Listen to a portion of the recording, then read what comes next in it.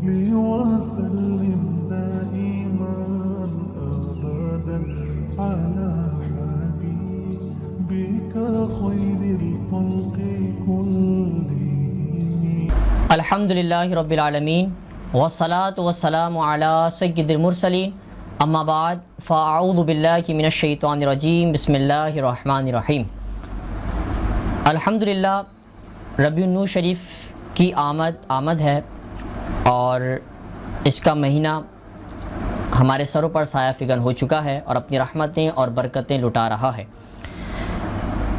حضور نبی کریم علیہ الصلوۃ والسلام کی سیرت مبارکہ کے بارے میں گفتگو کریں گے۔ اللہ کریم قرآن مجید فرقان حمید میں ارشاد فرماتا ہے، لا اقسم بہذا البلد وانت حل بہذا البلد۔ سورہ بلد میں اللہ تبارک و تعالی نے ارشاد فرمایا، مجھے اس شہر کی قسم اے محبوب کریم صلی اللہ علیہ وسلم، تم اس شہر میں تشریف فرما ہو، یعنی مدینہ پاک۔ مجھے اس شہر کی قسم، اللہ تبارک و تعالیٰ نے قسم کھا کر ارشاد فرمایا کہ اپنے محبوب کریم رؤوف رحیم صلی اللہ تعالیٰ علیہ وسلم کو پیدا فرمایا اور اسے اپنا محبوب بنایا، پھر اسے نور محبوب سے کائنات کو رعنائی اور رونق سے سرفراز فرماتے ہوئے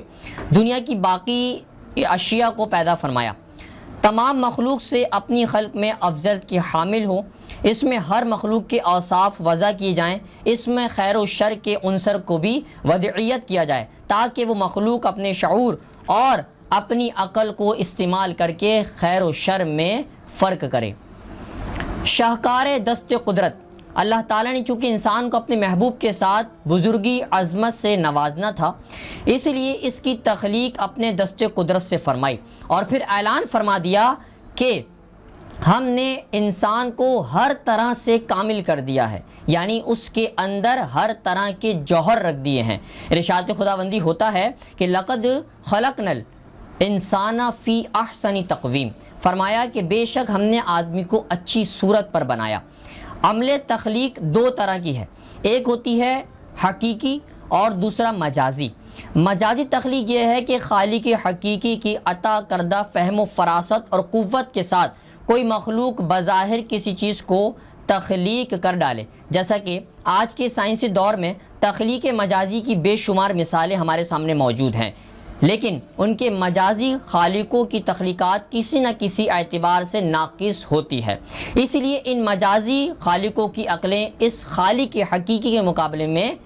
لا شے ہیں۔ یہی وجہ ہے کہ ان چھوٹی چھوٹی عقلوں کی تخلیقات سے اس خالق حقیقی کی تخلیقات کے مقابلے میں بے معنی اور بیکار ہوتی ہیں، لہذا وہ ذات خداوندی احسن الخالقین ہے، یعنی تمام مجازی خالقوں سے بڑھ کر ان تمام سے بہترین جوہر تخلیق کی حامل ہے، بلکہ تمام مجازی خالقوں کی خالق بھی وہی ذات ہے اور ان مجازی خالقوں کی تخلیقات بھی اسی خالق حقیقی عطا کردہ فہم و فراست ہے۔ اللہ تبارک و تعالی نے فرمایا سورہ مومنین میں کہ تو بڑی برکت والا ہے، اللہ سب سے بہتر بنانے والا ہے۔ جب احسن الخالقین اپنی کسی تخلیق کے بارے میں دعویٰ کرے کہ یہ احسن تقویم ہے، یعنی میں نے اپنے اس مخلوق کو تمام مخلوق سے پیدا فرمایا ہے اور اس کے اندر تقویم کے سارے جوہر ڈال دیے ہیں اور اسے احسن تقویم کا درجہ دے دیا ہے، اور تو پھر اس کے دعوے کو کون رد کر سکتا ہے؟ اب سوال یہ پیدا ہوتا ہے کہ اس خالق کی حقیقی نے اپنی اس مخلوق کو احسن تقویم کا درجہ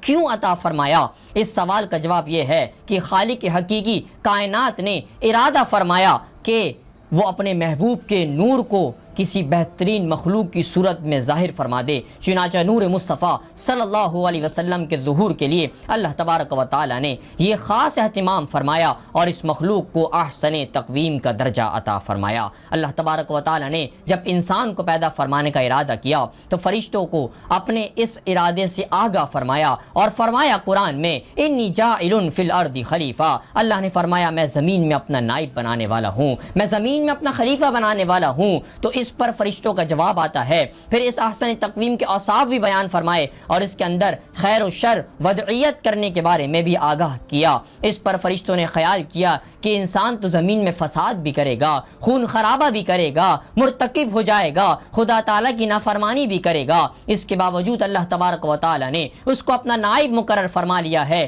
جبکہ ہم بر وقت اور ہر وقت اللہ تبارک و تعالیٰ کی رضا کے مطابق، اس کے حکم کے مطابق عبادت کرتے ہیں اور ہر لحاظ سے امن و سکون قائم رکھتے ہیں، ہم نہ خداوند کریم کی نافرمانی کرتے ہیں، نہ فساد کرتے ہیں، نہ خون خرابہ کرتے ہیں، لہذا اس شر سے سرفراز ہونا ہمارا حق ہونا چاہیے۔ چنانچہ عرض کرنے لگے کہ کیا ایسے کو زمین میں نائب بنانے والا ہے جو زمین میں فساد کرے گا، خون خرابہ کرے گا، آپس میں لڑائی کرے گا؟ ہم تجھے سراتے ہوئے تیری تسبیح کرتے ہیں، تیری پاکی بیان کرتے ہیں، یہ حق تو ہمیں ہونا چاہیے۔ اس پر اللہ تبارک و تعالیٰ فرماتا ہے تسبیح کرتے ہوئے اور تیری باقی بولتے ہوئے، تو اللہ تبارک و تعالیٰ نے فرشتوں سے ارشاد فرمایا کہ ہاں تم تسبیح و تحلیل تو اور میری رضا کے مطابق، تم میرے حکم کے مطابق ذکر کرتے ہو، لیکن جب میں اپنا نائب بنا لوں گا تو تم لوگ اس کے اوپر فخر کرو گے۔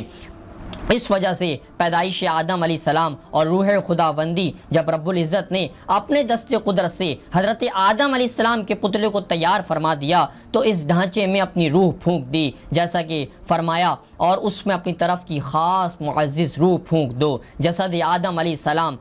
میں جب روح پھونک دی گئی تو اس نے حرکت چلنا شروع کر دیا اور اس میں زندگی گردش کرنے لگی۔ شیخ محقق شیخ عبدالحق محدث دہلوی رحمۃ اللہ تعالی علیہ مدارج النبوہ میں لکھتے ہیں جب حق تعالیٰ نے حضرت آدم علیہ السلام کو پیدا فرمایا تو ان کی کنیت ابو محمد رکھی۔ تخلیق کے بعد حضرت آدم علیہ السلام کی نظر عرش اور جنت کے دروازوں پر پڑی تو انہوں نے دیکھا کہ وہاں لکھا ہوا تھا کہ لا الہ الا اللہ محمد رسول اللہ۔ فرمایا حضرت آدم علیہ السلام سمجھ گئے کہ اللہ کے نبی علیہ السلام، اللہ کے محبوب صلی اللہ علیہ وسلم کوئی بہت ہی مقرب ذات ہیں، جبھی تو اللہ تبارک و تعالیٰ نے اپنے نام کے ساتھ اس محبوب کا نام جوڑ رکھا ہے۔ اس ذات مقدسہ کا وسیلہ بارے خداوندی میں حضرت آدم علیہ السلام پیش کر کے توبہ کی تو اللہ تعالیٰ نے اس ذات پاک کے وسیلے سے اور آپ کی توبہ کو قبول فرمایا اور حضرت آدم علیہ السلام کو بتا دیا کہ اے آدم، یہ وہی ذات گرامی ہے جس کے خاطر میں نے ساری کائنات کو بنایا اور اسی ذات کے اظہار کے خاطر تجھے وجود کیا گیا اور تجھے افضل المخلوقات بنایا گیا، اسی ذات کو تیری نسل میں ظاہر کروں گا اور اس کے بعد وہی نسل تیری آگے بڑھے گی۔ اگرچہ بظاہر میں آدم علیہ السلام سے پیدا ہوں لیکن حقیقت میں دادے کا دادا واقع ہوا ہوں۔ اللہ کریم سے دعا ہے کہ اللہ تبارک و تعالی ہمیں سیرت مصطفیٰ اور نور مصطفیٰ اور ذات مقدس صلی اللہ علیہ وسلم کو سمجھ کر اور ان کے مطابق زندگی گزارنے کی توفیق عطا فرمائے۔ وما علینا الا البلاغ المبین۔